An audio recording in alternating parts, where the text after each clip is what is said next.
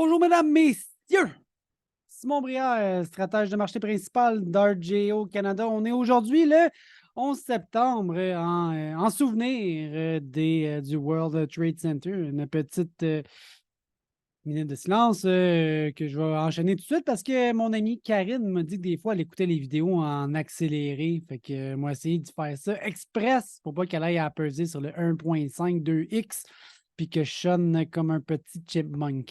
J'ai regardé l'économie au niveau Canada. Donc, l'enquête sur la population active, c'est une belle phrase pour nous parler de l'emploi. Donc, l'augmentation de l'emploi de 40 000, c'est un petit peu plus que prévu. Donc, c'est une bonne chose d'avoir un peu de création d'emplois dans l'économie par rapport à la récession, le ralentissement économique. Par contre, il y a deux choses que j'avais notées. La première, c'est que mais ça ne suit pas nécessairement l'augmentation de la population avec l'immigration, par exemple. Donc, on voit que la population augmente, mais pas au même rythme, disons. Tu sais, la population augmente plus, fait que le chômage est comme un peu coincé. Fait que ça, c'est peut-être un peu moins bon en termes de productivité. Fait que si on va chercher 100 personnes de l'extérieur, c'est pas 100 emplois qui est créé au Canada nécessairement. Fait que ça, c'est un peu embêtant. Mais on voit quand même une belle progression de l'emploi. La deuxième chose que je vois aussi, qui est peut-être un petit peu plus inquiétante, c'est les personnes qui cumulent les emplois, donc une job, deux jobs, troisième job, et le faire par nécessité pour payer l'hypothèque, l'épicerie, le loyer. Donc, on voit que le coût de la vie est tellement élevé que ça pousse certaines personnes à avoir une deuxième et une troisième job. Donc, augmentation de l'emploi, c'est bien, mais quand je regarde un petit peu plus approfondi, en lien avec l'augmentation de la taille de la population, donc l'immigration, si on veut, et le fait que les gens cumulent une ou deux, trois jobs, c'est un peu moins bon. Au niveau du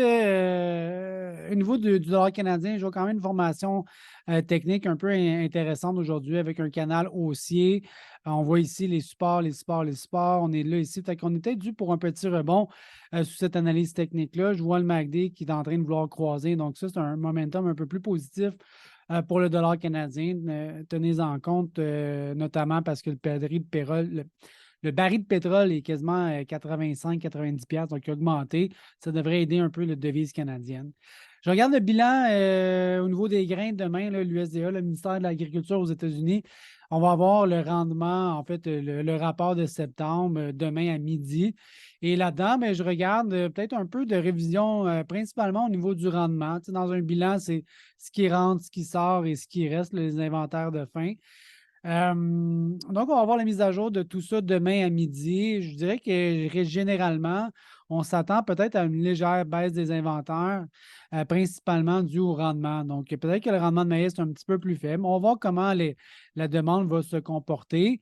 Même chose au niveau du soya. Les prix du soya, ou en fait, les inventaires de soya sont beaucoup plus serrés, ce qui explique la relation de prix aussi différente. Le prix du soya est quand même bon par rapport aux autres types de grains. Et ben, dans le blé, étant donné que la récolte est déjà derrière nous, à moins qu'il y ait des petites révisions accessoires, je pense que ça va être un peu copier-coller au niveau du blé.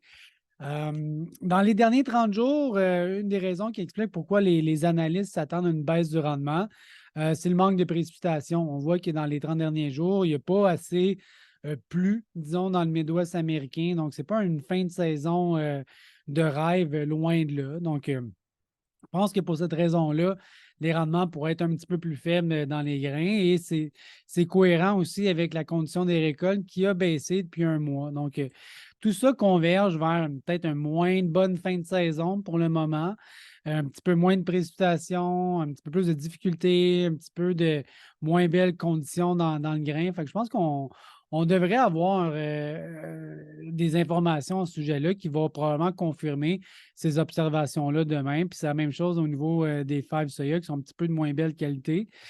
Sur une base d'analyse technique, on voit que je pense que la grande baisse dans la valeur du maïs, je pense qu'elle est derrière nous. Tu sais, on partait de 6 piastres et demi, on est rendu en bas de 5. Est-ce qu'il va continuer de baisser? Bah, on ne sait jamais réellement. Je pense que la majeure partie de la baisse là, est derrière nous. Et dans le soya, regardez la différence. Si j'enlève ça ici, erase. C'est pas ça que je veux faire. Erase tout que je veux. Voilà. Donc, Ici, la différence entre les deux, bon, dans le fond, une grosse affaire pour vous montrer que le soya, il est cher par rapport au maïs. Lui, il est plus bas, lui, il est plus haut, plus bas, plus haut, plus bas, plus haut. Dans le fond, c'est juste ce petit tour-là que je voulais vous montrer. Donc, 13,67. Le soya est quasiment 3 fois plus cher que le maïs à 13,67 versus 4,86. En fait, je vous montrais du blé. Je dis n'importe quoi, ma foi. Le maïs, 4,84 en pente descendante, mais peut-être proche des bas. Le soya, il va quand même bien, quasiment 14 piastres. On est peut-être dans le haut des prix de la dernière année. Et ben, le blé, lui, il baisse. Puis je pense que sorti s'appelle pour creuser encore plus profondément. Donc, voilà, mes amis, je vous dis bonne fin de journée et on regarde le rapport demain à midi. Tapant. Salut!